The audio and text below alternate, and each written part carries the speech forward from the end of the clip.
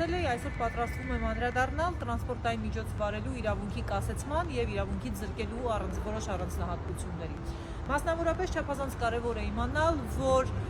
ինչպես ճանապարհային երթևեկության կանոններին առնչվող մյուս խախտումները, տրանսպորտային միջոց վարելու իրավունքից կասեցումը եւ զրկումը կարելի է եւ պետք է բողոքարկել վերադասության կարգով։ Սա նշանակում է, որ դուք չեք կարող դիմել դատարան, եթե համաձայն չեք այդ ակտի հետ, եթե չեք բողոքարկել պարեկային ծառայության ղեկավարին։ Այսինքն, այն պահից, երբ որ դուք պատշաճ կերպով ծանուցվել եք խախտման կամ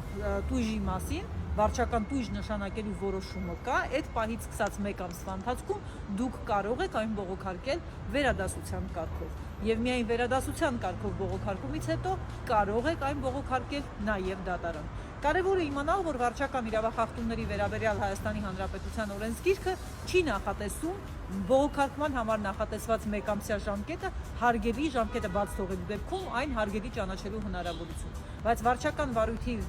եւ վարչարարության հիմունքների վերաբերյալ Հայաստանի Հանրապետության օրենքը տալիս է այդպիսի հնարավորություն, այսինքն եթե կան հանգամանքներ, որոնց պատճառով դուք բաց եք թողել 1 ամսյա ժամկետը, դուք կարող եք դիմել վարչական մարմնին եւ եթե վարչական մարմինը հարգելի ճանաչի, ապա այդ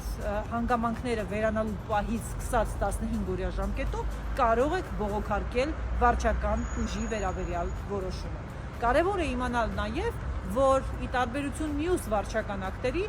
կասեցման եւ զրկման դեպքում դատարան դիմելը չի կասեցնում այդ որոշման կատարումը։ Բայց եթե դուք ապացուցեք, որ դա ապրուստի միակ միջոցն է, կարող եք հատուկ միջնորդությամբ դիմել դատարան, որպեսզի տույժի ընթացքը կասեցվի։ Եվ այդ ժամանակահատվածում դուք շարունակեք վարել մինչև դատարանի կողմից վերջնական որոշում կայացնելը։ Եթե ունեք հարցեր, այս ռիլինի պատասխան, տվեք ձեր հարցերը եւ ստորիներին հետևեք, որտեղ ես ձեր հարցերի պատասխաններին կանդրադառնամ։ Շնորհակալություն, ձեզ լավ օր եմ մաղթում։